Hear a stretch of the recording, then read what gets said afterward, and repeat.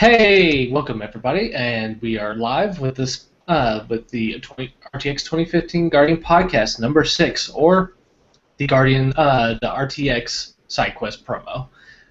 We decided to take one episode like we did last year and give a shout out to our friends over at the RTX SideQuest.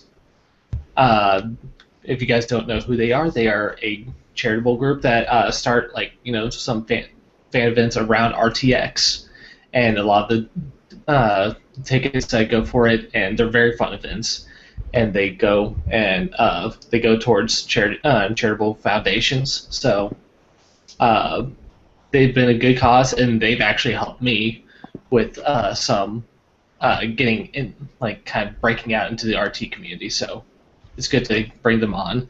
So this is what we're going to do today. We're going to focus on Guardian podcast, the side quests, and sorry, got stuff on my mind.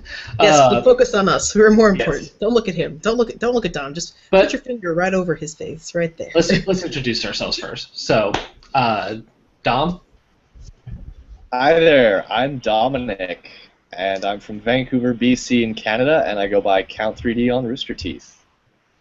Awesome. And also, you are one of the main coordinators of RT SideQuest. So yes, it is my true honor to have been involved from the beginning, and I'm really happy to be back on this podcast. I really appreciate you saying so many nice things about SideQuest, and I'm really happy to hear that it's played a role in helping bridge people, get people into the community. I really like that, and I hope that's something that will be continuing on for many years to come within the community. It's great to have you on. Chazzy?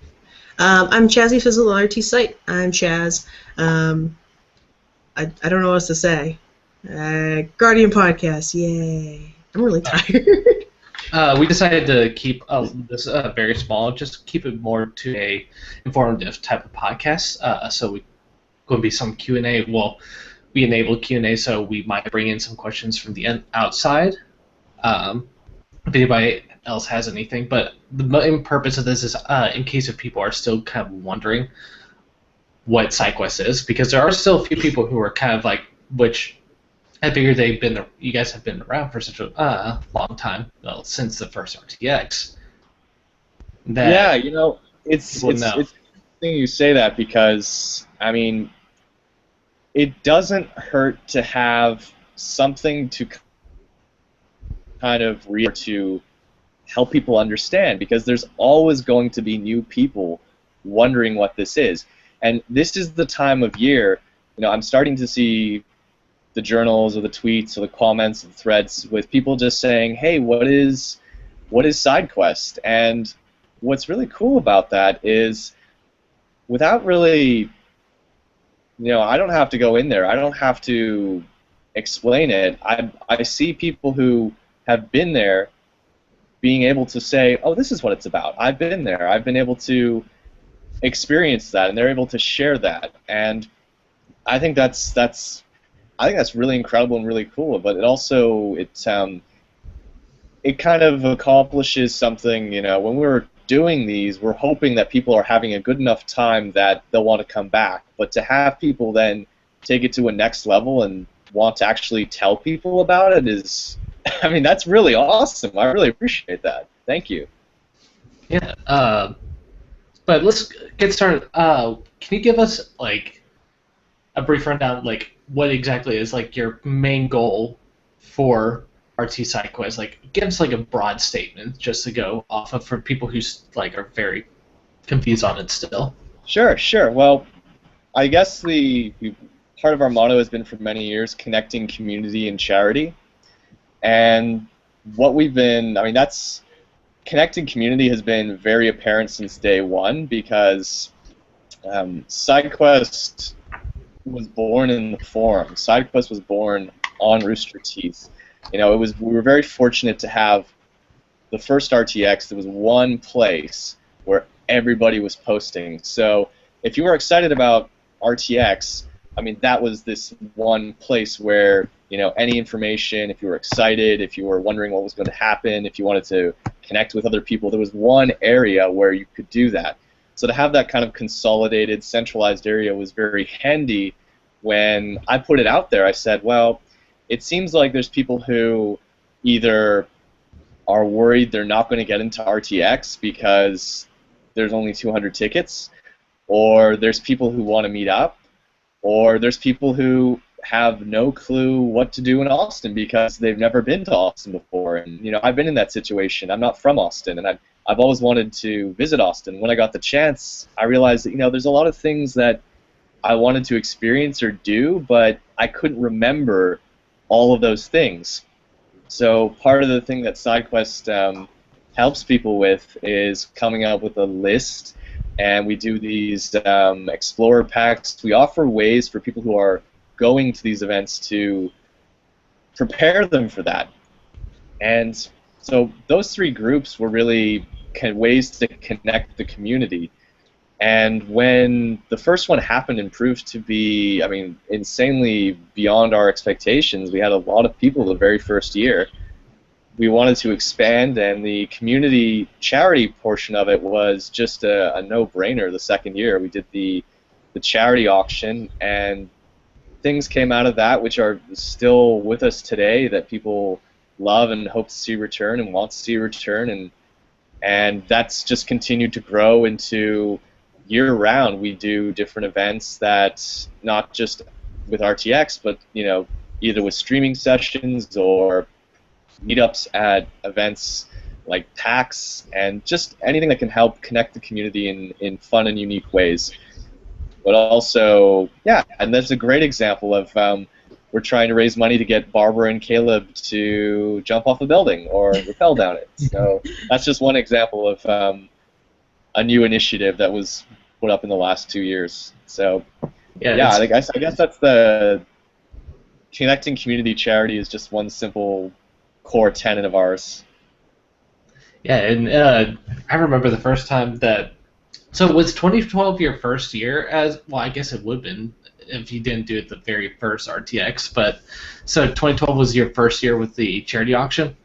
That was right. Yeah, I remember saying to Grady, you know, I'm inspired by this this dinner that I go to, and it's it was the Child's Play charity dinner, and it's an opportunity to meet friends, dress up, and bid on some amazing items.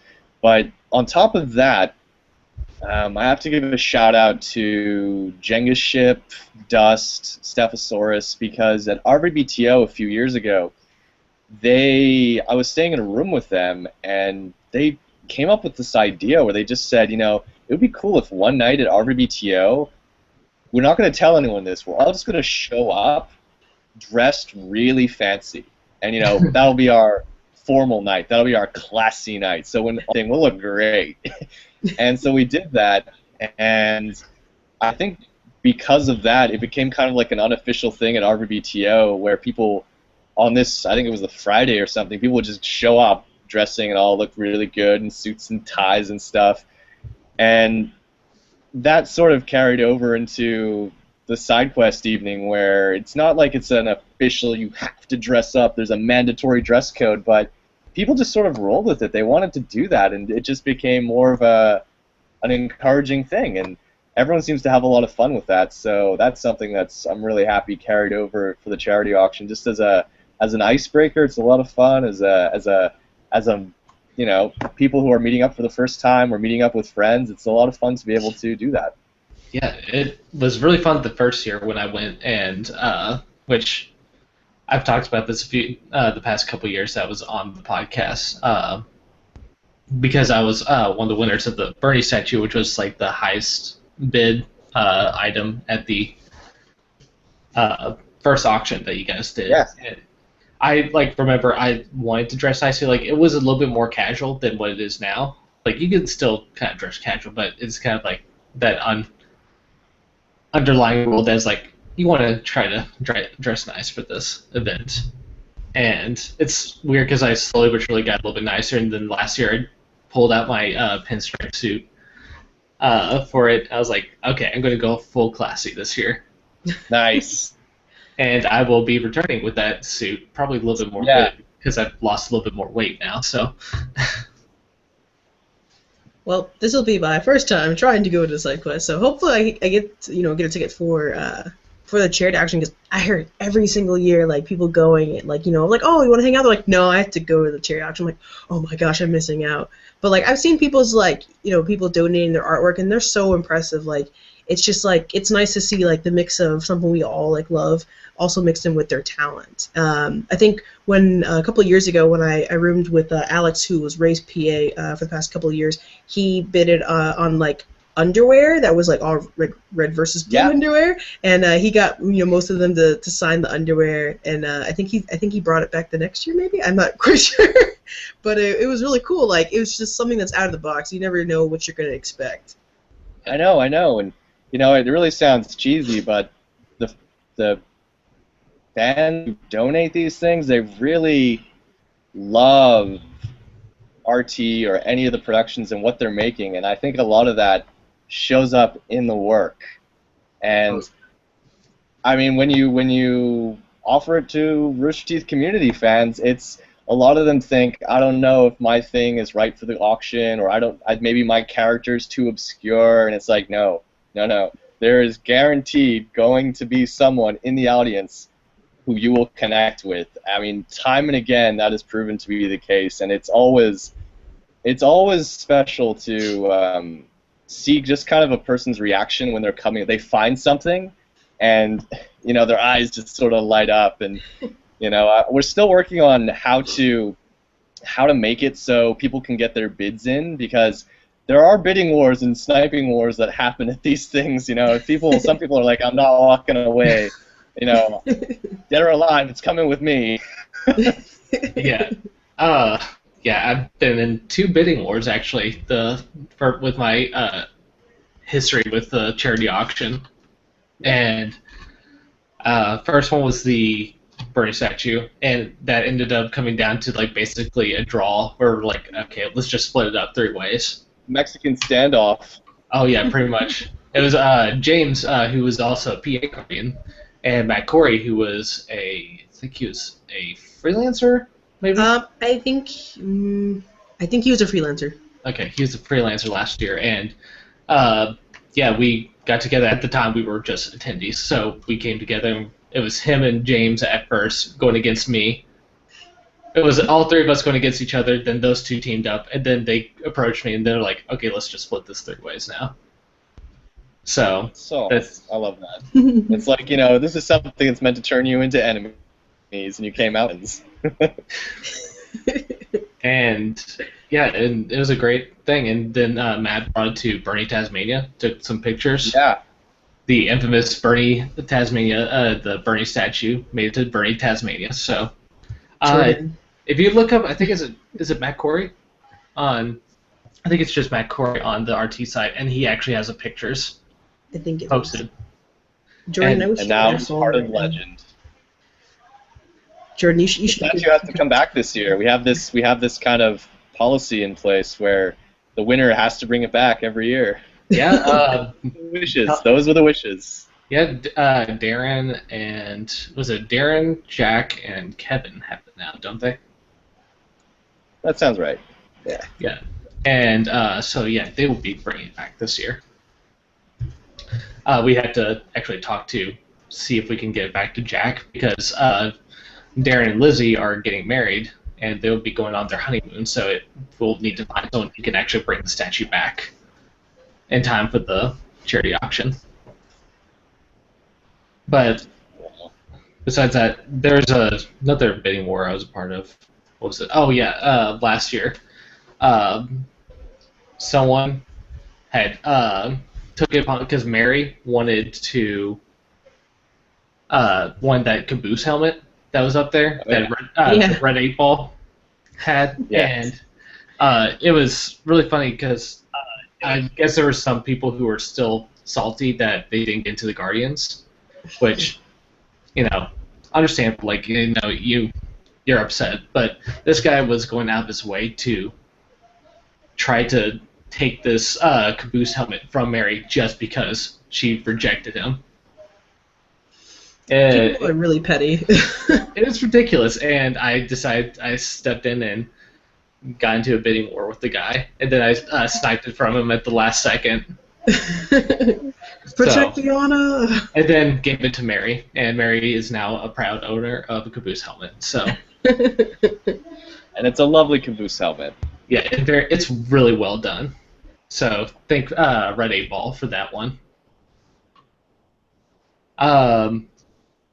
But let's talk about some other stuff. Like, is there a theme this year for this year's charity auction?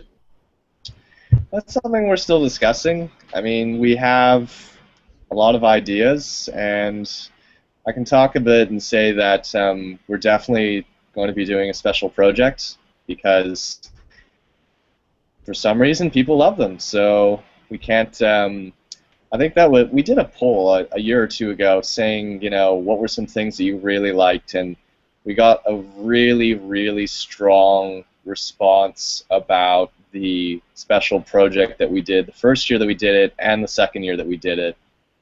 And that just seems to be something that's this kind of crazy mold. For those of you out there who are watching and don't know what I'm talking about, we really lucked out with Rooster Teeth's 10th anniversary. We decided to do a special charity art project involving 10 artists donating pieces that kind of represented what the last decade of Rooster Teeth, Red vs. Blue, and the community, what it all meant. And I was extremely envious of everyone who walked away. I wanted to buy all of those pieces. So, I mean, I was really bummed out I didn't win any of those, but that happens every year. One year I'm gonna. There's two things that are on my bucket list. I want to win something at my own auction, and I want to donate something. One year I'm gonna do both of those. Maybe not in the same year, but it's going to happen. And I've actually been working on a piece. I don't know if I'll donate it this year, but I am working on something. So Stay tuned. Yeah. So. Just that carried over into the next year that we did it, which was we decided to go with this Renaissance-themed idea because the internet has kind of given rise to a whole new slew of content creators, and you see a lot of art being developed that was impossible 10, 20 years ago. Oh, yeah. And this year we have one or two interesting concepts, one of which we think is right up our alley and should be up the alleys of a lot of people who are excited about content, but let's say no more for now. We'll leave it a surprise.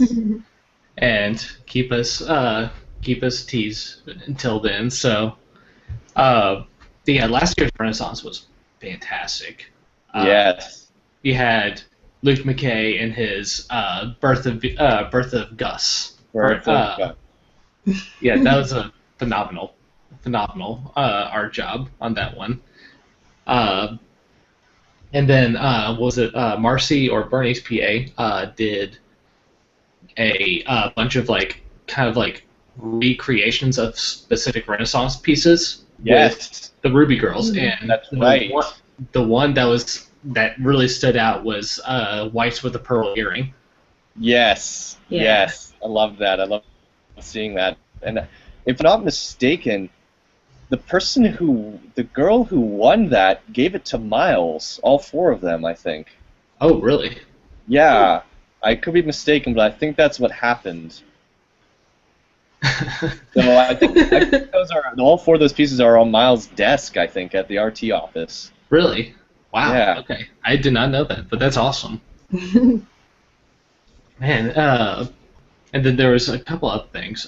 There was it wasn't really Renaissance, but Jen did the Ruby Rose apron. Yes. Yeah. That was awesome. Then she had her husband all it. Yeah, I know. I mean, that's stuff that you could never imagine. Like, there was one artist, and I'm really sad that I can't remember her name right now. She did the Ruby Rose, I suppose. It was Dr. Seuss style. Oh, really? Wow. Yeah, I remember seeing that. I remember seeing that. That was a children's book.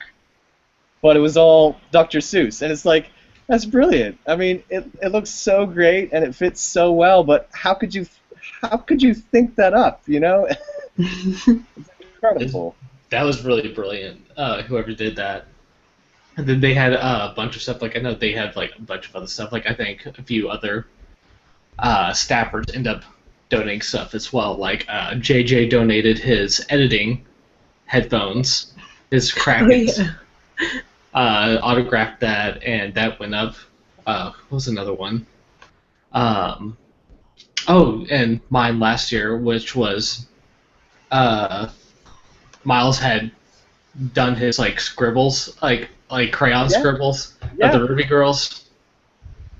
I think that ended up in a BTS video or something. Oh, did it really? Yeah, yeah. And it was just a funny little thing, and I mean, a lot of people were really excited to see that because, you know, it represents an official piece of production art, you know? Yeah. I actually have it. I'm trying to get like a right frame for it because I actually ended up winning that. For people who don't know, I was Miles' PA last year. And at that moment, I hadn't met him at all until that night when I won it, and he came over, and I think it was slightly tipsy, Miles, at the time, because he started doing like we started having like our kind of like douchebag like art critic like trying to go really deep into like the crayon scribbles that he had on there. It was a very, very hilarious experience, just him sitting there, and we're just like trying to dissect this like crayon drawing. So it was fun. It was a fun time. That's really funny. That's really funny. I remember hearing about how early stuff, like Ruby stuff, was done. Maybe this was in an interview or a documentary or something. It was done on like cocktail napkins and pizza napkins and pizza boxes, and they were using like ketchup packets or something like that. Am I crazy, or wasn't that how? No, that's true. That's how Monty created the world of of Grimm. No, it's like Remnant. Remnant. There you go. Yeah, he just literally puts like ketchup on like a napkin, went like that, and that's how he created the world and the map. You see, I hear that, and what goes through my head is I'm hoping someone can take like food condiments and make like Ruby creations, take like, you know, Ruby Rose out of ketchup packets or something like that. You know, I hope someone does that now. I just want to see that. Cool. Oh my gosh, and like Blake out of soy sauce. Oh yeah. God. Okay, now I have an idea. I think I might try that. Do it. Or, you know, Yang out of macaroni. You know? Macaroni. Look at my macaroni art. White set of marshmallows. That'd be so cool. Yeah. Oh my god. Well, charity auction sounds so much fun. I'm more interested in Barlympics because this will be my first year where I can legally drink. Congratulations! You're gonna have a great time. So, like, what is it? Because I know it's like you drink, but what else? Grady had this wonderful idea for nightlife activities, and I remember doing it the first year. I don't remember if it was called the Barlympics the first year. I think it started being called the Barlympics the second year and beyond. But it was just, it's not really like an Olympic bar thing. It's more, that's just I guess a title. It's a really catchy title, and people kind of rolled with it.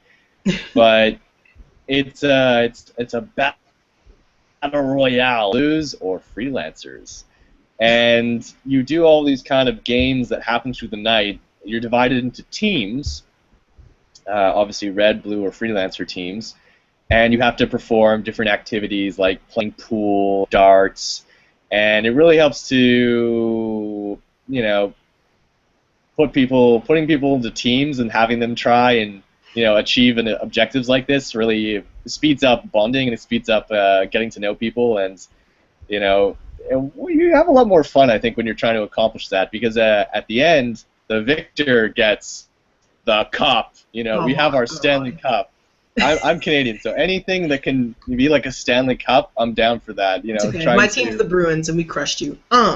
Yeah. Well, you'll be lucky to make the playoffs this year, so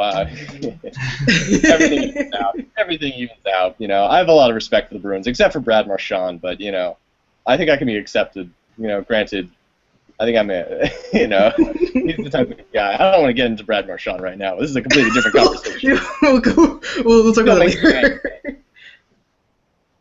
Anyway, so the Bar Olympics is an opportunity. It's you know, obviously it's at a bar, so it's kind of hard to avoid drinking.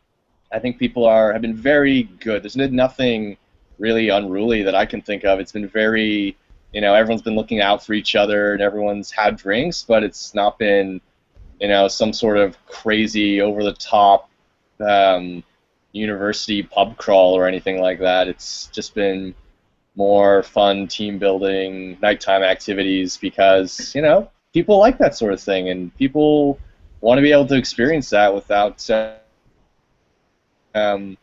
know, without not going too crazy. I guess Buffalo Billiards, we've had a very good run there, and we've had a very successful time there. So, and Grady, he's always just kind of brilliant with coming up with these ideas. Like, you know, what if we did like this sort of thing for the thing, and what if we introduced this concept for the thing? And he's just having a blast, you know, making that as fun as can be, you know.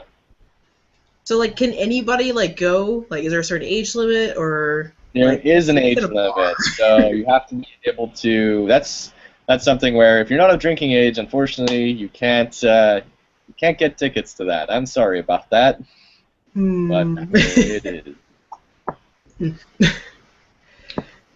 I think it's just like because each bar I know there's different like bars that like will let you if you're 18 or older and like you know or 18 and you can go up to like the second floor, but like I think Billiards just straight up 21, right?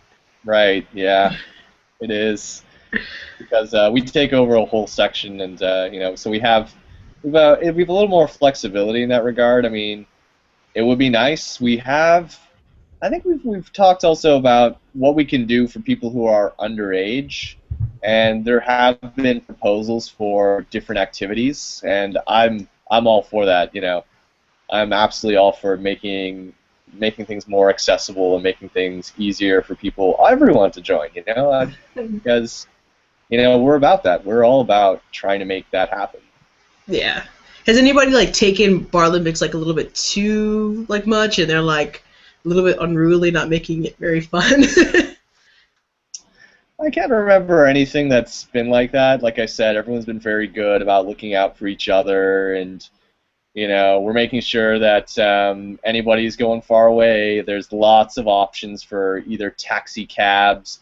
There's like a whole, I think it's Rent-A-Bus or something, or Uber, or any of the pedicabs. So there's a lot of options open and available, and you know, we don't want anyone walking away from this that could get into trouble. So you know, I like that the community watches it. It's very good at making sure that, you know, everyone's kind of looked out for. And being downtown, everyone's, I guess, within walking distance of a hotel, so that's another great thing. I know, like, I always rent a loft on 6th Street because I'm more of a nightlife kind of person. So, like, being on 6th Street is very nice. You're close to, you know, clubs, bars, a little bit of the side, you know, restaurants, and then, you know, of course, like a couple blocks away from the convention center. Yeah. I see that Red you know, I like. Yeah. Here. Hi, everybody. Let's take a quick second and introduce Red. So. I still need to be introduced. Did you get a haircut? Hi, everybody. I'm Big Red. did get a haircut. Very haircutty. I'm from Canada, and I'm here to podcast and chew bubblegum and smile at gum. Welcome. All right, we've been discussing some stuff about RT SideQuest, talking about the main I've heard mission. Okay, so you have been listening along with it? Sort of, a little bit, kind of. Okay. Occupied with other things, but I'm here now. Yay! Red, have you attended any SideQuest events? I have. I was a part of. Well, the first I've done 3 art. This will be my 3rd RTX, and the first year I managed to finagle my way into the Salt Lick because everybody else had tickets, and I just paid for mine at the door because you guys are awesome like that. And then last year I went to the charity auction, and I also went to the Salt Lake again. So good times all around. Yeah, well, I guess the Salt Lake would be the next thing we can talk about because that's the chronological order of things. That's the next thing on the agenda. And like one of the most sold out tickets so far. It's I know Texas barbecue is popular, but damn, yeah, it's going quickly. I'm amazed.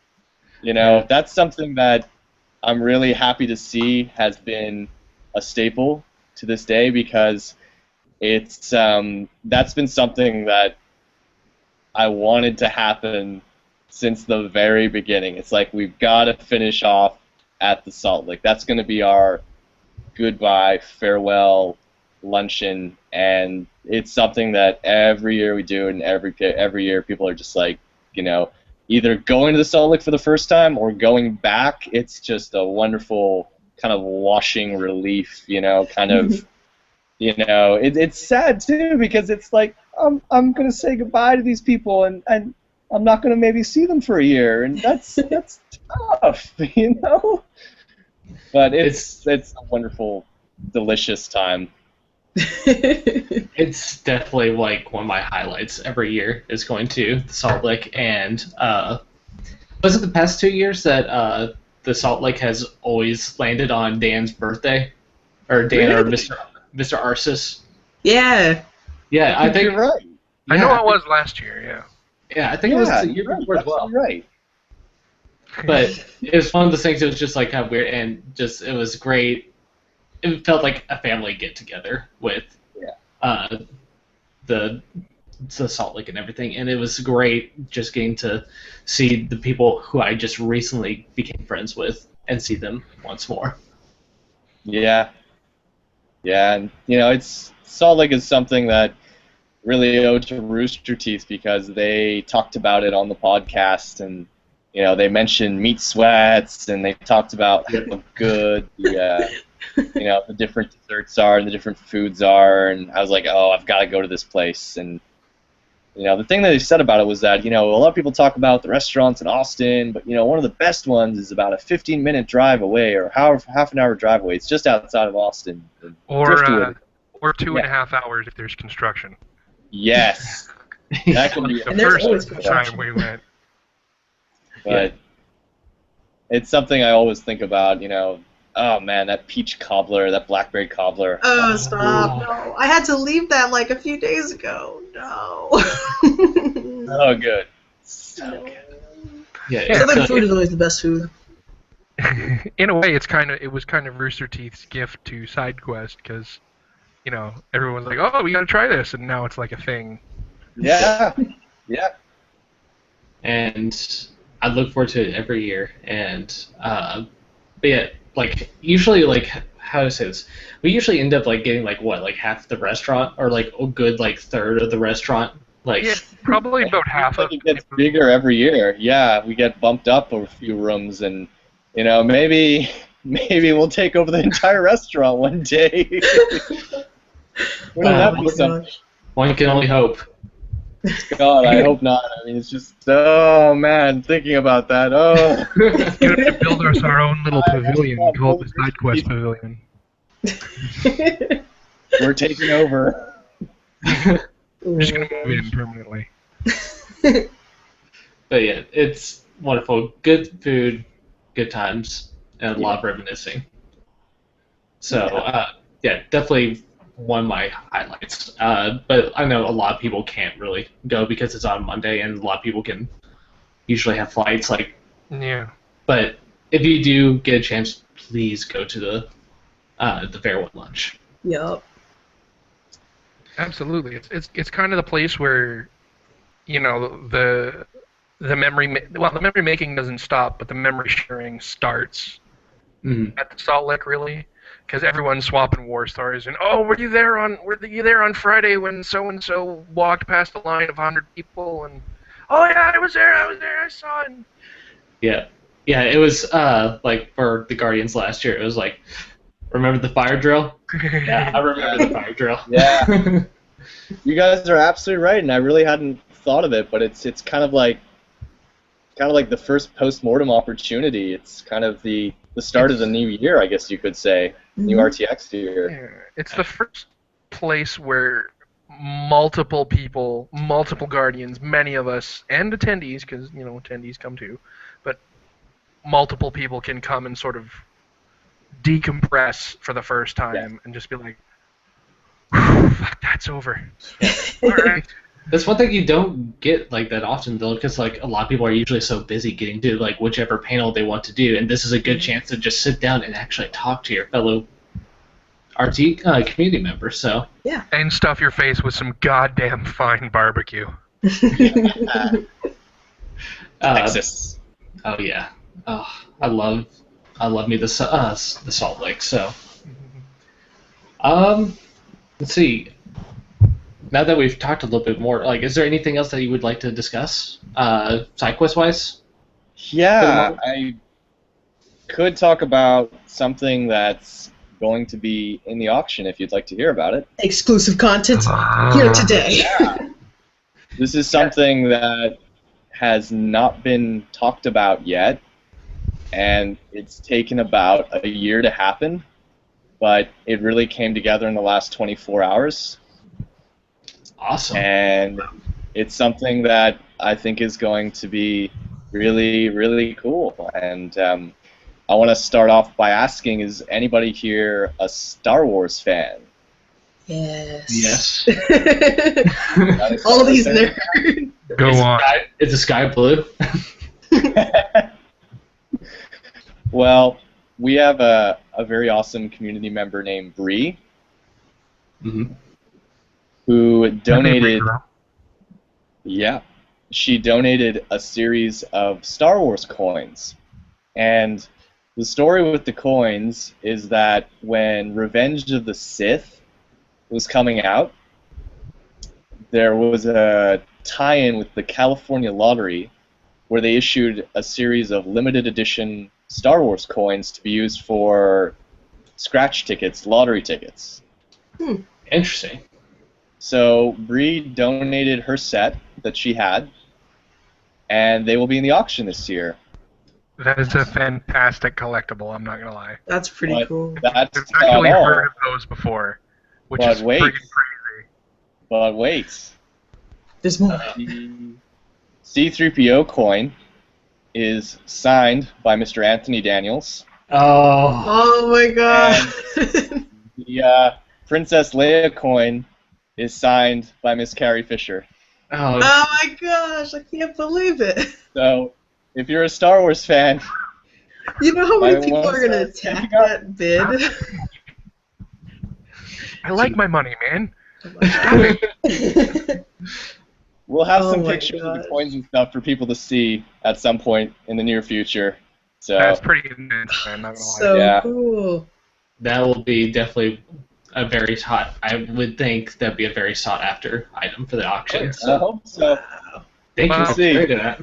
Speaking of sought-after items, I believe there's one other. Oh, none of them are here. I don't know if I should talk about this yet. We'll talk about it soon. Well, wait. Do I know about it? Yes, you know about it. We as a collective group, the Guardian podcast Or hosts, the core of us have something that we'll be talking to you guys later about. So there's a super secret Guardian podcast item that's going to be added to the pool for SideQuest. I don't I know. love the secret item. Secret item. Secret item. I seriously love them. There was a charity thing that Penny Arcade did a number of years ago. I think it was a black box item where it was like a question mark. It's just, trust us, this is really cool, just bid on it. We're not going to tell you what it is, trust us, it's really cool. And I think someone bid like $3,000 on it or something, and it turned out being a $7,000 3D television or something like that. Oh my god! So, I'm totally mixing things up here, but it was something really expensive and valuable like that. But I've thought about doing something like that, you know, like getting something and just saying to everyone, just trust me, it's really cool, bid on it. I don't know if people would go. Well, I we should might bring a have remote, and then have people bid on it, like, trust me, items get the remote. we might have 2 items then, because I actually do have a secret item, and then there's another item that we're just not quite ready to talk about yet. I don't even know what it is, so it's that cool and exclusive. I don't even know. So yeah, there's plans being made. I love plans. See my fingers are dancing. I love plans. Oh my gosh. Alrighty. We talked about SideQuest for a little bit. I wanted to go in and talk about you, just you, Dom, as yourself. Like, we talked about SideQuest, but we haven't actually talked about your own experiences at RTX. Would you like to discuss one? You want to run them through the panel? I guess so. Who are you and what do you do? I'm Dominic, and I'm a filmmaker. Sweet. Wow, that's pretty cool. How many RTXs have you been to? And how many times has it gone? Every single one. That's hot. How many times have you been a Guardian? I want to say every single one. I guess technically I was a volunteer the first year. I don't know if that means Guardian per se, That but sounds good enough to me. That's Guardian. That's Guardian. All right. So, what positions have you done as a Guardian? photographer and exhibitor services. So I was very, very honored. I just want to say I was very honored that I was able to photograph the first RTX, because that was a very special one, and that was a very intimate one, and I hope that the photographs that I took kind of captured, you know, there was a lot of people. It's still 500 people, but there was a lot of accessibility. You know, it was a lot easier to talk to people. It was a lot easier to recognize faces and pick up on things, and it was kind of like a crazy, super huge family reunion, really.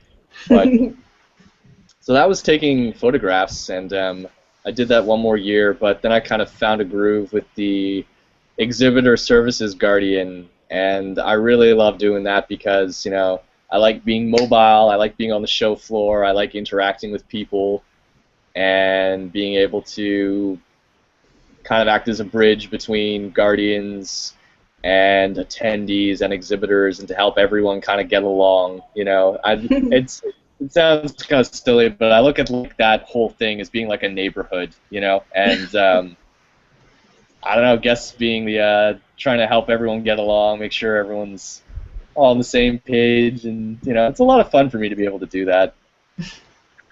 Awesome. So, photographer was not on the standardized list of Guardian positions on the application form this year. Can you just touch a little bit on the sort of elite photo crew, as it were?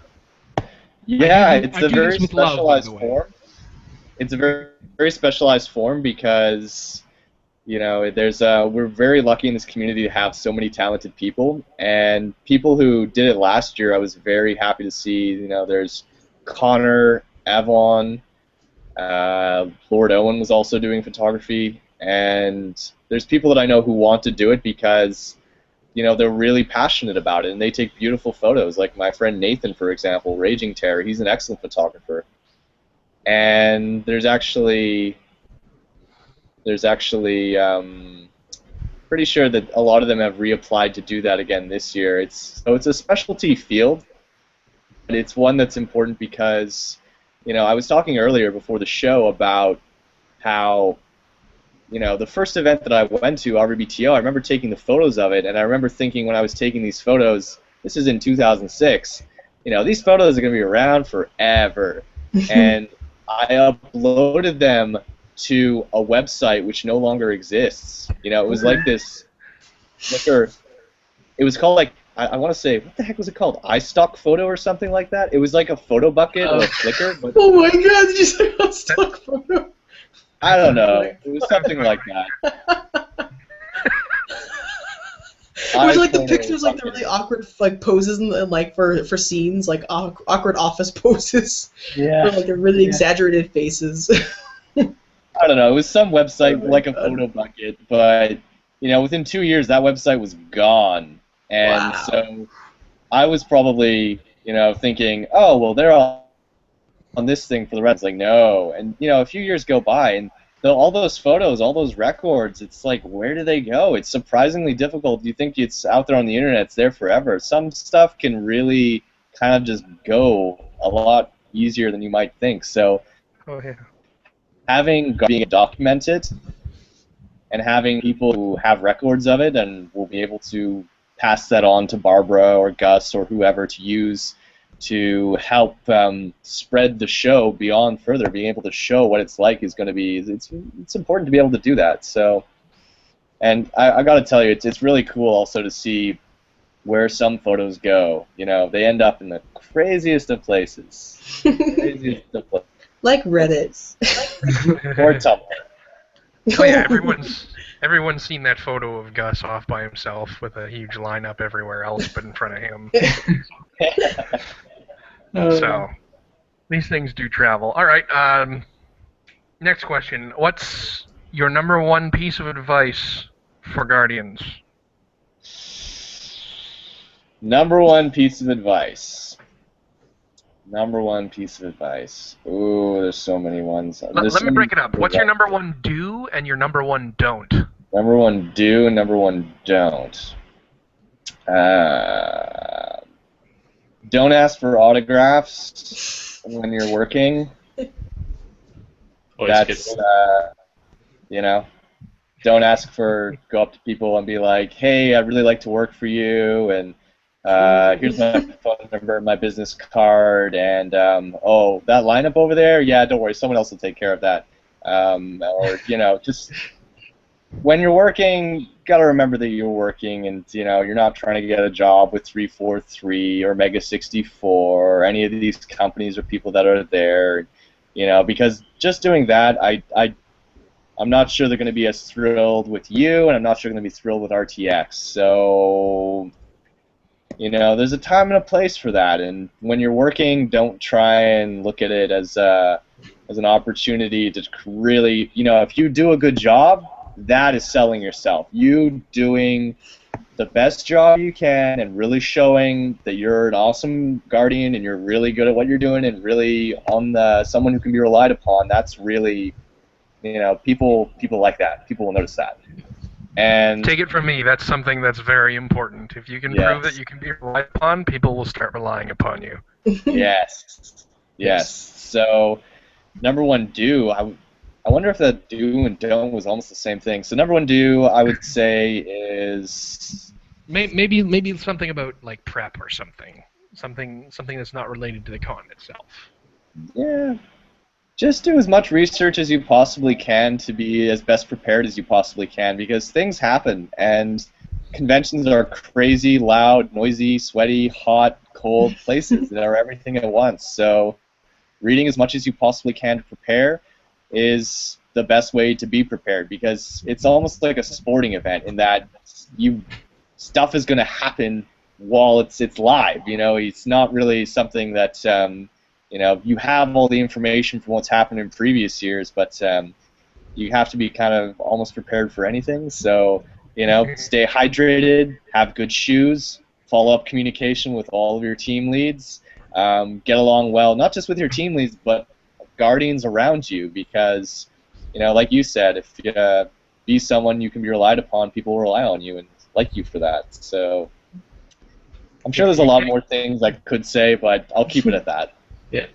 That research bit is important too, because one of the things that I've noticed, and one of the things that we've always commented on, was that you meet people that know absolutely nothing about parts of the fandom, but absolutely everything about other parts. Yeah. Or sometimes they're not even there for Rooster Teeth. They might be there for another one of the people. Or Beta. Yeah, or Beta.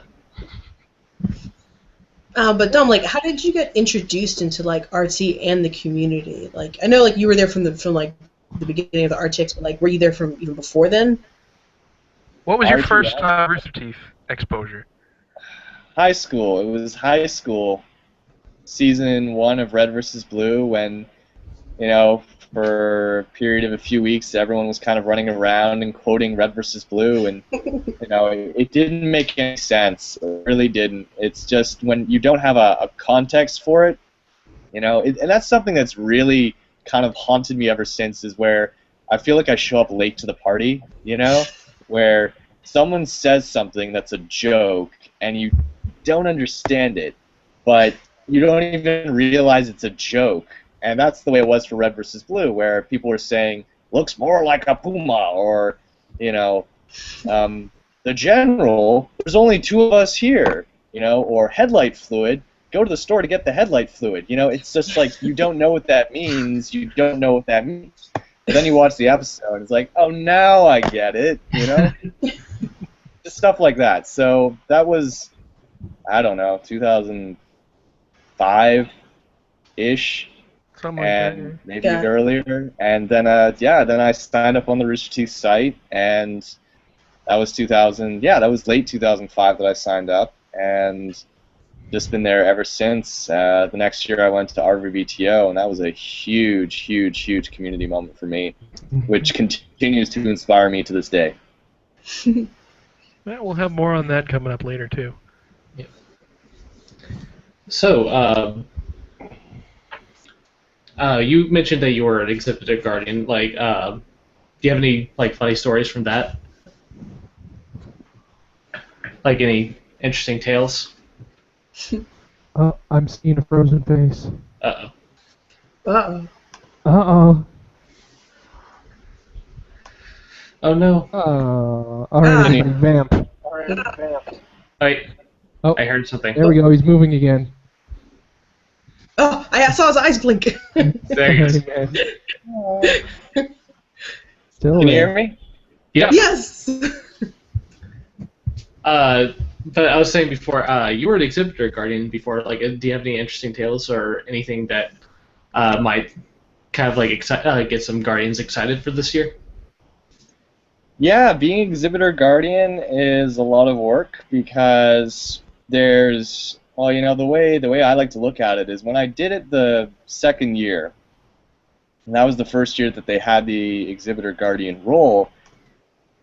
It was myself and Katie, and within 2 years, we had, was it 6 times as many attendees and twice as many exhibitors. So the exhibitor team has expanded and grown based on the growth of RTX. It's a necessity. And it's no longer, it used to be that every team lead could look after an exhibitor, but now it's, you know, there has to be teams of exhibitor guardians to look after each pockets of exhibitors. And every exhibitor is different. So there's no real, it's something I've seen at other conventions where you'll have guests who show up, and just as an example, you know, I was looking after Griffin Ramsey's tent, her fort booth tent. I don't know how else to describe it. It was very cool, though. It was definitely one of the more unique and awesome booths at RTX. And just every once in a while, you know, here's Dan and Gab from Slow Mo Guys, and they're just hanging out at the booth. And of course, hey! Oh. So that's the kind of thing that can just kind of crop up. And I'm not going to say that's going to be like every is going to have that, but it's really fun and interesting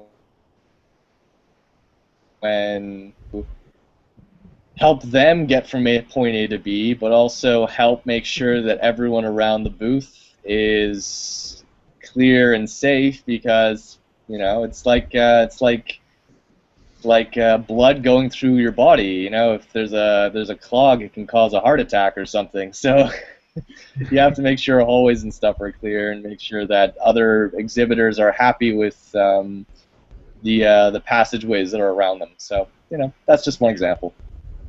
Yeah, I've been on icebreaker duty a couple of times, and there's nothing quite like trying to force your way through a crowd of people with someone who's moderate to extremely famous behind you. Yeah. Got it. You were talking about though with how you started having like teams for like each specific exhibitors and everything. I feel like because there's more and more exhibitors every year, and I kind of feel like it's the same thing with PAs, like because the company keeps on growing and growing every year. Yeah.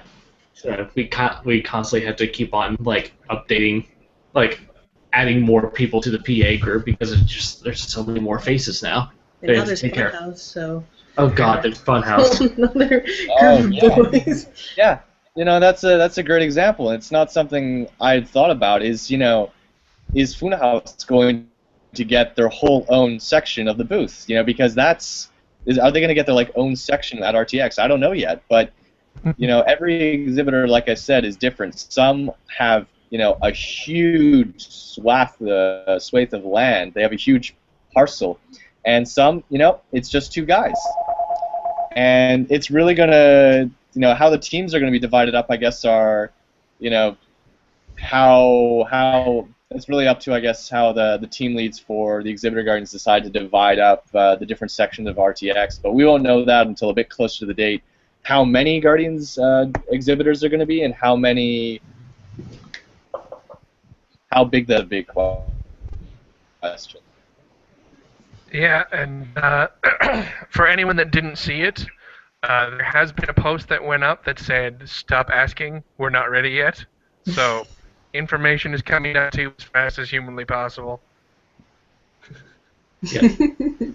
There's also rumors that this year there might be an artist alley. So that might be a whole nother... Well, did the RTX event Twitter actually confirm that there is an artist alley? I haven't seen that yet. Someone might want to pick that up. Tweets about like art, like panels, artist alley, and then like other stuff to like add. Like it was just like extra stuff that you have to fill like an application out for though, and then submitting all your information. But there was like 5 tweets about like different stuff. Yeah. Can I just say how much I would love? I don't know if it'll happen, but I would love to see an artist alley there because of how many awesome artists are in the Rooster Teeth community. Oh my God! Right? Because they had like an artist kind of like, I guess, wall. Like yeah, there was last year.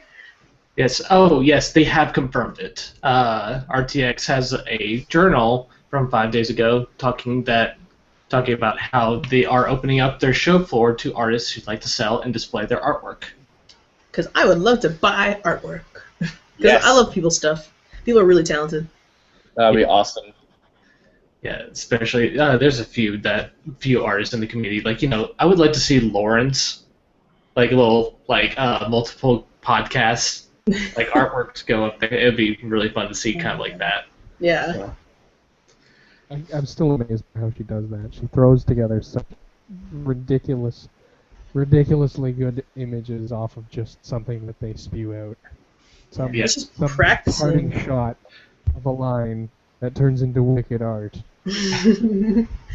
Practice. That did kill me though when what was it? They asked Lauren to the last podcast to do a jack float. And they even basically she put up the drawing and Jack commented on it, tweeted back to her. He's like, "Wait, what the hell are they talking about on the podcast tonight?" Don't worry about it. Don't worry. Oh, that's so great. But yeah, seeing the community artists, that's probably one of the coolest things ever is seeing what they have to offer. I would love to piece when they have the artist alley for this year. I would love to just buy a lot of prints and then piece together to make it a big book just of people's different type of styles, because people have an exact anime style. Some people have really dark line art. Some people just do black and white. Like, the different types is, like, I love that different variation of, even if it's just, like, the Ruby book, like the Japanese Ruby art book that's, like, $150 on eBay. But, like, I would love to just see, like, you know, just a community, like a community big, like, art book that I can just bind, and I would love to just have it for, like, just take a look at it and be like, oh my god. Actually, that's a I'm not worried. fantastic idea. Community art book collected, published, and sold for charity? If someone does that, I will bid my entire life. I will build, I would buy, so, like, I just buy it. I'm out of words. If only we knew someone who ran a not-for-profit charity that could assist us. Don't worry, my people will call your people. We'll talk. But, yeah. Oh, it's going to be a great year. The sushi thing. But we were talking about discussing before, because this just popped into my head, because we were discussing like how RT SideQuest started was they're like trying to help people out within the like moving around inside the city of Austin. And I was looking through your website because I had pulled it up before, and we didn't discuss how you guys still have like up on the website like all the restaurants that they've discussed on the podcast and stuff. Like, or do you still have it? Let's see. We do. It's the guide. It's the guide. The guide. The number one guide for everything that you've ever wanted to know. Because that's something. Yeah, I really wanted to do. I really wanted, to share with people what it's like to go to Austin and check out places like the Salt Lick and Casino El Camino. And I figured that people might want to do the same. And anytime I see people saying, I want to go to Austin. Oh, I wish I had like a list of all those places that people have talked about on the podcast. Bam, right there. Funny you should ask. Yeah. What was it? Please tell me Bacon's on there. Is Bacon on there? I don't know. Let's go to Bacon. I should say that we are going to update this list, and it's something that it takes a while because it's a lot of stuff to accumulate. And one thing I like to include is where did we get this piece of advice, instead of just being like it's someplace you can go to. So that's why we like to include links to podcasts or journals or wherever staff members recommended it, because then people can go back and they can listen to that and re-experience that podcast or that journal. Or the advice shoving it down your throat to go to Bacon. Just go to Bacon. They have bacon bits and brownies. They have the best fries. They have these lemon zest fries. Just go. Just go to Bacon. Yeah. Delicious. And you've got also all the Alamo Draft Houses as well. Love it. For people who want to go and experience eating while watching one of their favorite movies that are currently out in theaters. The one on 6th Street isn't that bad. I love it. That was the first thing we did last year, was go to the Draft House. Yeah, we had to kill a couple hours before we could sign in at the hotel. So last year I went to go see what was that movie with Mark Wahlberg? The new, like, that Transformers movie. Transformers. Oh my God, it's so bad. Who sits on two chairs? I don't even know. And they had the Romeo and Juliet clause. Like, what? No. If you know that much about the underage sex laws in your state, I don't want to know you. That's just beyond me. That movie was god awful to begin with. We have a pre-existing juvenile relationship. It kind of weirded me out afterwards because. Oh no, we lost him. I just finished. Oh, there he goes. Wait. Almost. We lost him again. Blink once if you're here. Am I frozen again? Oh, now you're talking again. There you go. I think you're good. Maybe. Good. Woo. Okay, I'm back. Okay, good. So just to re-interject that weird story is I finished watching Last Airbender, and I remember there was a movie based on Avatar: The Last Airbender. It was a live-action movie. The little girl from that is the girl in Transformers. Really? Really? Yeah. Oh yeah. And- Wow, that's messed up. She moved from one bad movie to another. Kind of weird. Yeah, I know, but it's like She's hot though. I a little 12-year-old, and this she's like, Romeo and Juliet laws, jailbait. It's like really weird. Oh, I never God. saw the Airbender. Yeah. I hear it was really bad. It was M. Night Shyamalan did it, and it was like, all right, I'll give it a chance. Went to go see it. They literally started pronouncing the names automatically wrong, not even from. That's the thing. M. Night Shyamalan did it, so there was going to be a twist, and the twist was he took a good show and turned it into a terrible movie. So bad, so bad. All the actors What? couldn't Oh God, I can't even. Oh, God. I want to. That movie was awful. I wasted $6 on it. I'm so sad. Yeah, I was lucky enough that I saw it for free, and I gave up after half an hour. But Yeah. I wonder, are they still doing the not Geeks Who Drink? I wonder if they'll bring back what's their face, the group that likes to make fun of movies as they go along. The Spill guys? Yes. Spill.con? I don't know.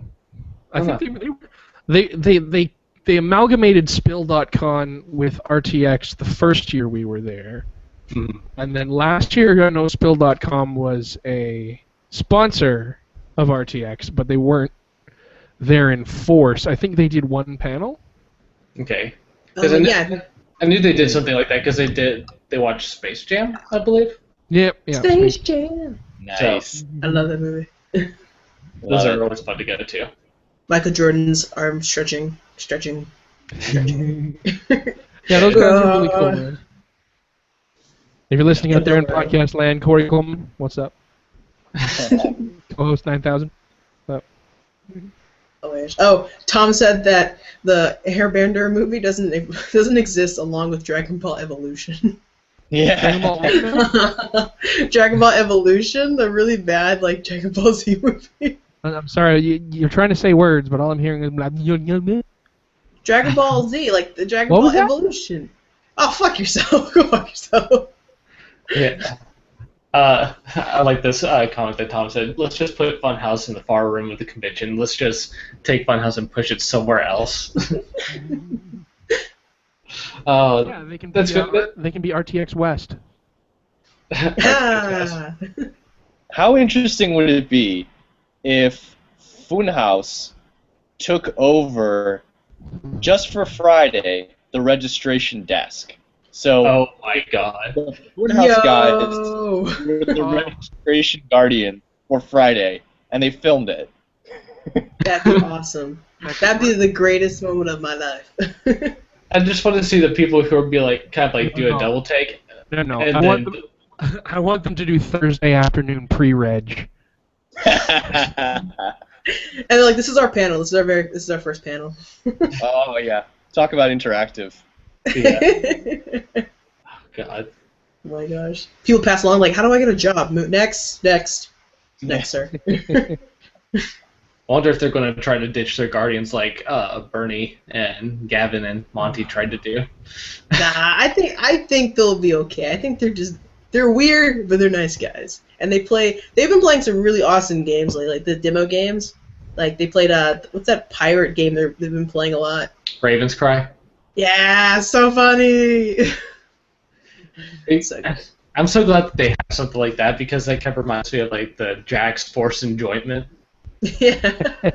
episodes. Yeah. And Oh, people are asking for that to be brought back, but just go over to Funhouse. They have that over there. They let people just keep sending them more demo discs, and they keep playing it and breaking it in half. So Yeah. bring them more.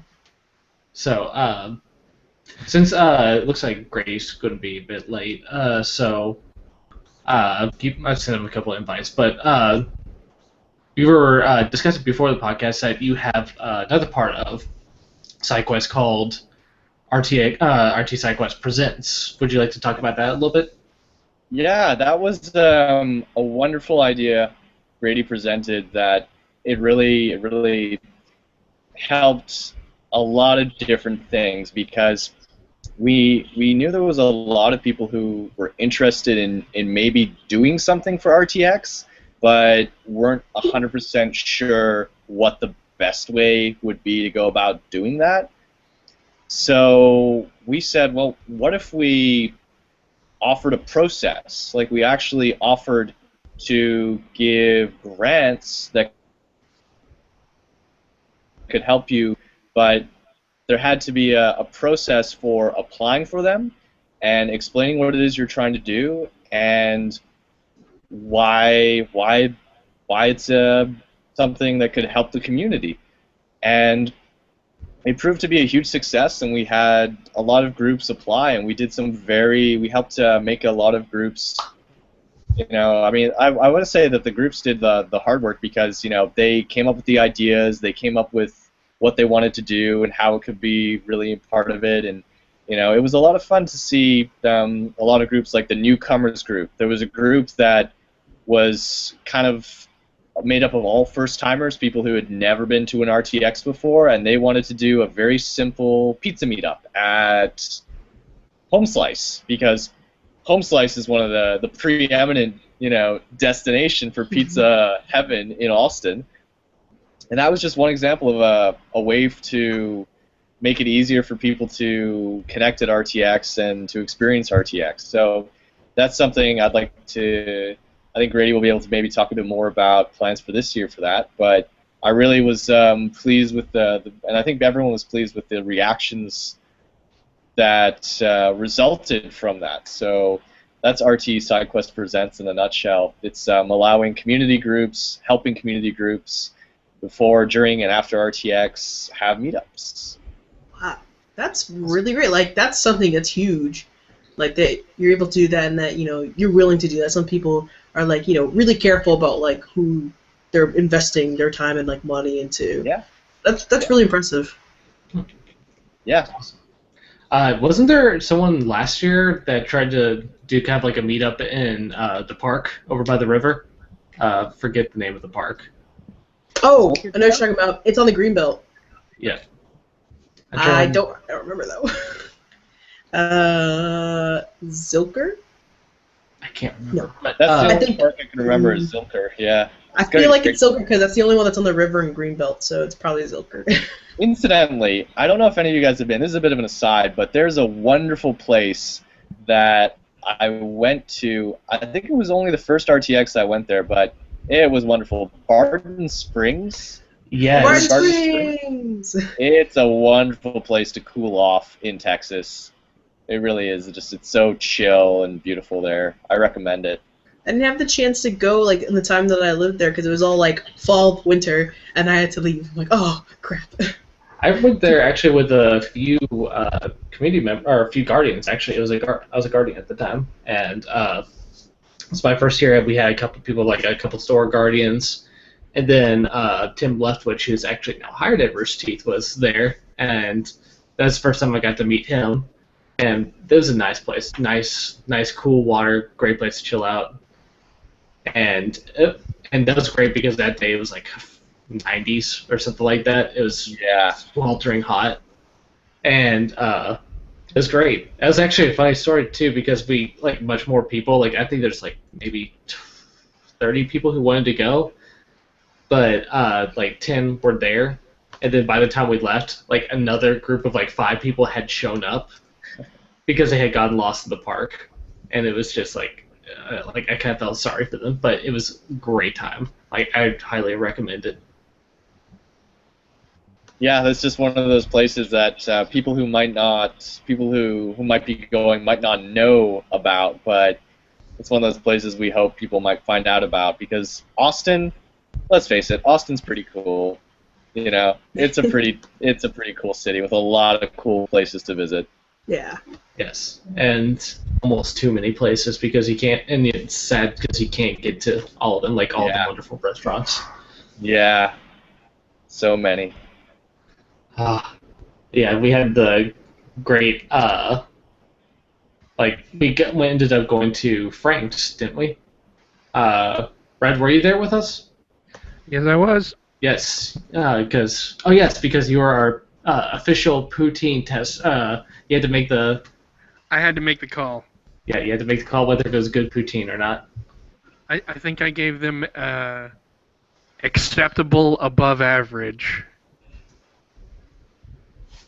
Yeah, it was a wonderful place. They have really good hot dogs there. Yeah, and we bumped into Jack. It was pretty funny, actually. Yeah, it was Jack, Katie, and it was probably, I think it was like a couple of their friends. of theirs. Yeah, so. But everyone was totally cool about it. It was all like, hey, Jack, what's up? And we went back and did our own thing. It was very cool.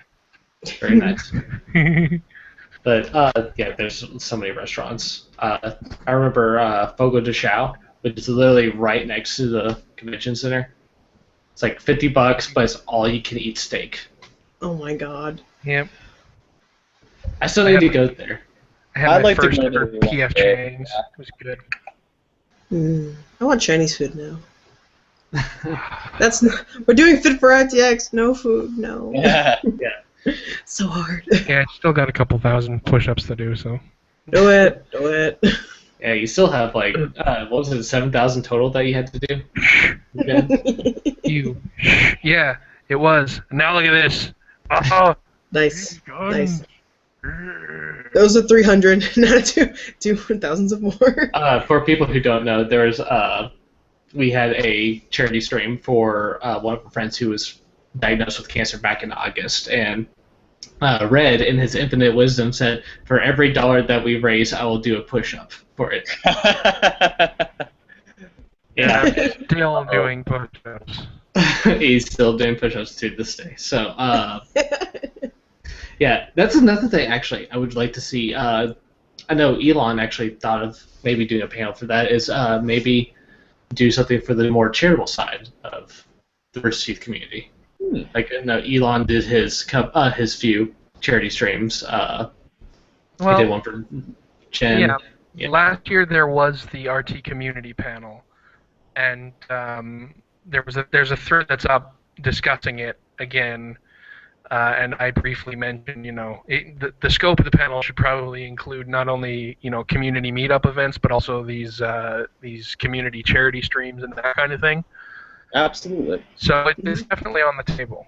Or just like the streamers period as well, because there's absolutely. You've got the Shimmy Sham crew who includes Raph on the website and just a bunch of people, and they're a really fun group, and they ended up coming together, and they're a really nice, tight-knit group of friends. And a few of them are actually making their first appearance to RTX this year. So. Oh, I love hearing people who are saying, this is going to be the first year I'm going to be at RTX. I love hearing that because, it just, I don't know, there's something exciting about going to RTX for the first time. So when I hear people going to RTX for the first time, I'm like, yes, that's good. You're going to have a good time. It's like controlled chaos. Like, you're going to have a great time. You're going to get a little panicky a few times, but it's going to be great. You have a great time. Don't worry about it. But, yeah, and it's a good place to do it is at RT SideQuest. So, absolutely. Yeah. And that's actually where I met my first in real life RT friend. So, Jordan, you have friends? Yes, I do. So precious. Yo. I know, it's hard to believe. All about it. Yeah, the charity auction was the way that I made my first in real life RT friend. So 2 years That's later, cool. I've got more. So Jordan's No my one- friend. apparently none of you guys. Jeez. No, I don't have any. I don't have any friends. We're just people you know. Honestly, that's my biggest piece of advice that I would give to anyone who's even non-Guardians, Guardians, doesn't matter. Talk to Have people. friends? Oh. Yeah, talk to people. Because you never know, the guy next to you might be just as into, sewing up cosplay as you are, or, might be just as into discussing the merits of having a sniper rifle that's also got a sight blade on it. Who knows? Talk to people. You'll find out real quick who thinks the same things you think. Oh my gosh. No, like that's good advice though. Like I did, like when I went to my first RTX as an attendee in 2012, like I went by myself. I was supposed to go with my friend, but I went by myself. And I was like, I don't know anybody. This is like my first year really knowing about the content. I very rarely knew about like Red versus Blue because I came in through Achievement Hunter through Michael's personal channel, and then came into Achievement Hunter. So I was like, don't really know much Red versus Blue. Maybe I won't understand the content and stuff like that. But I still had a good time. I went to like a lot of just like random kind of panels, individual panels. I went to Internet Box, which I didn't really know completely of, but I did listen to a few of their podcasts.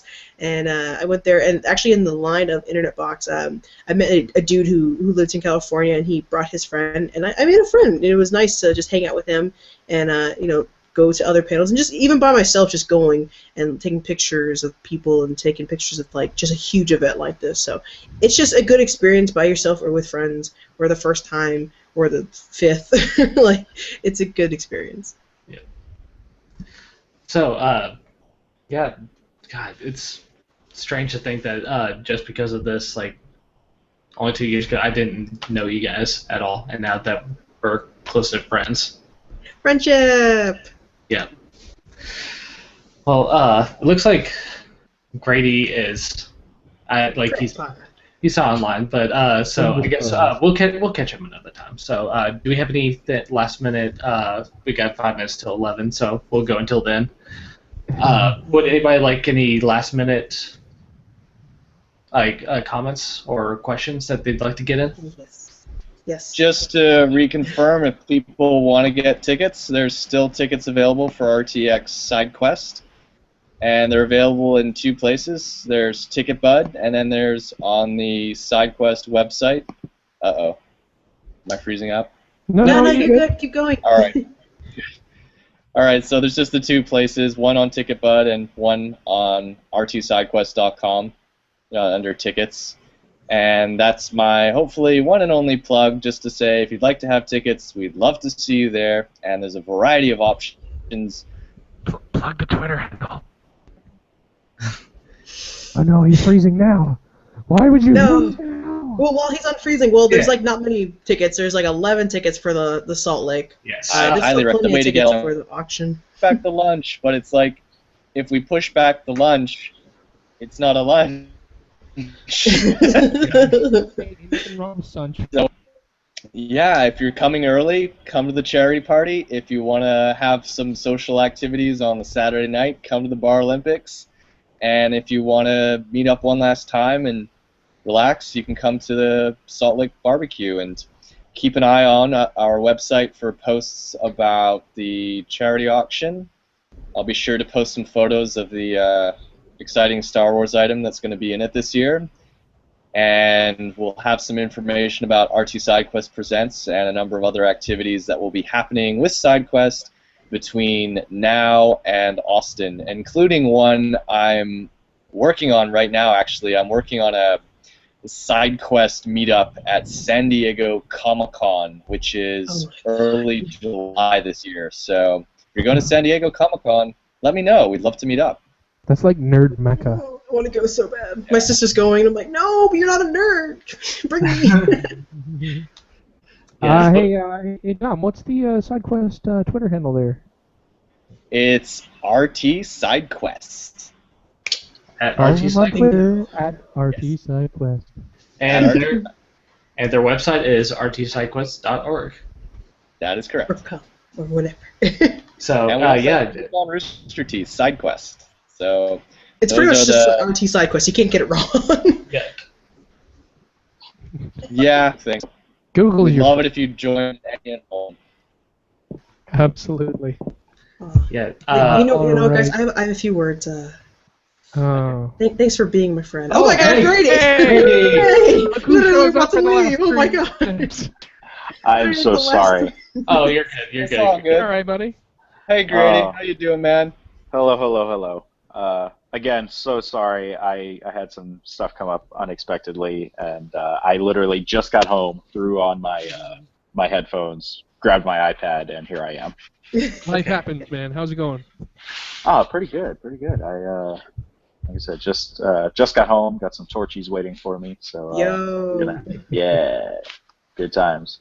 Your buddy Dom here has been spreading lies about you for the last hour and a half. Huge lies. He says that all the ideas through RT SideQuest is through him. He's like, who's this Grady guy? I'll be right. Well, that's I mean, technically it all did start with him, so I guess all ideas did originate with him.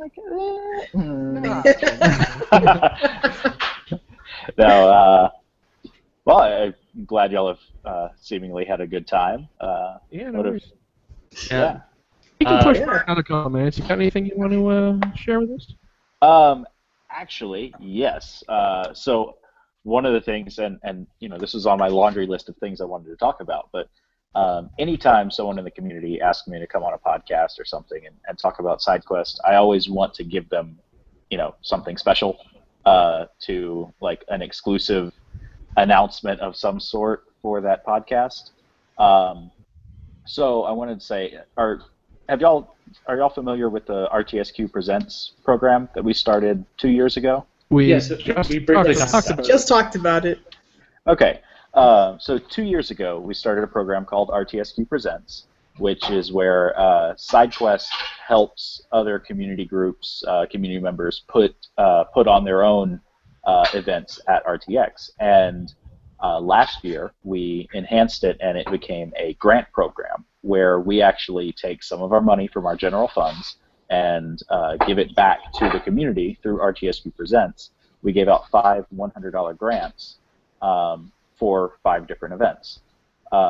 We're bringing that back this year, and we haven't, opened up applications or anything yet, but we'll go ahead and announce it here on the Guardian podcast that RTSQ Presents applications will open tomorrow, and we will this year we will be awarding 5 $200 grants to to 5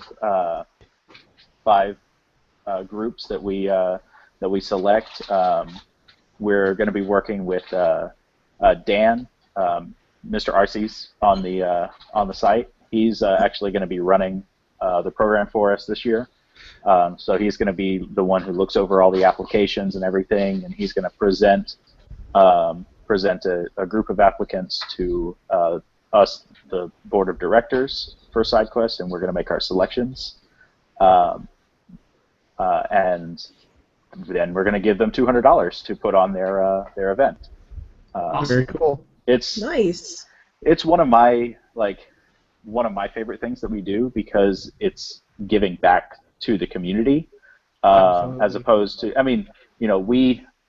it sounds bad, but we take a lot from the community. I mean, we are, we're super grateful for all the support we've received from the community and the donations and everything. But in this way, not only is it a charitable cause where we're giving back, but it's going directly back to the community, and helping enhance RTX and basically make more fun events that we don't actually have to run.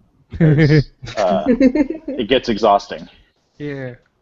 Well, that first degree feedback of knowing for a fact that you've helped some people have a good time is a pretty powerful thing.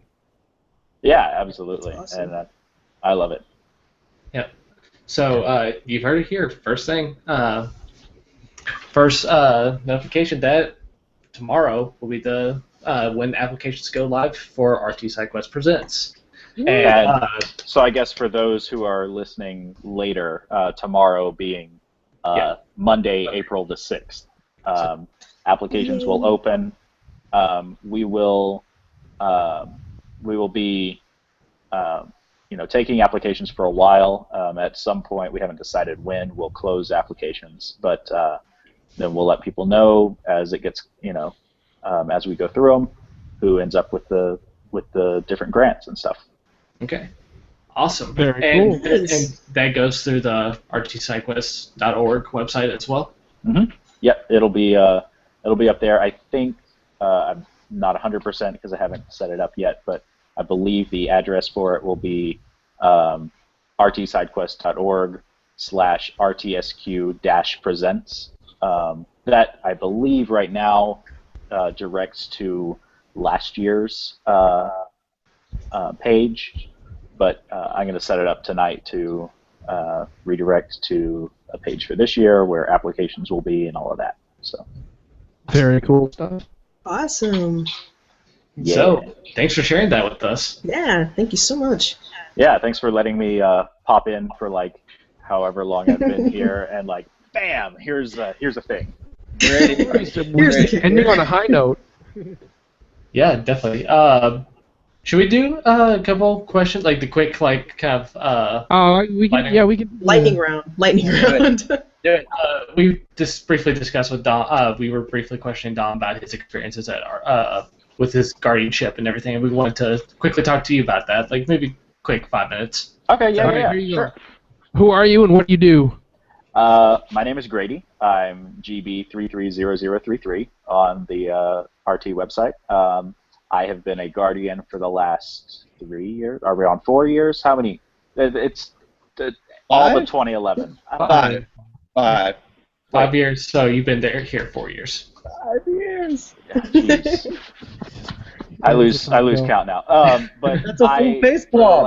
For the last 2 years, I've run the registration side of things for RTX as a guardian. So I've been the co-team lead for registration.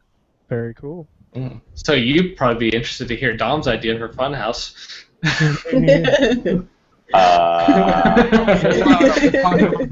Grady, just bear with me, okay?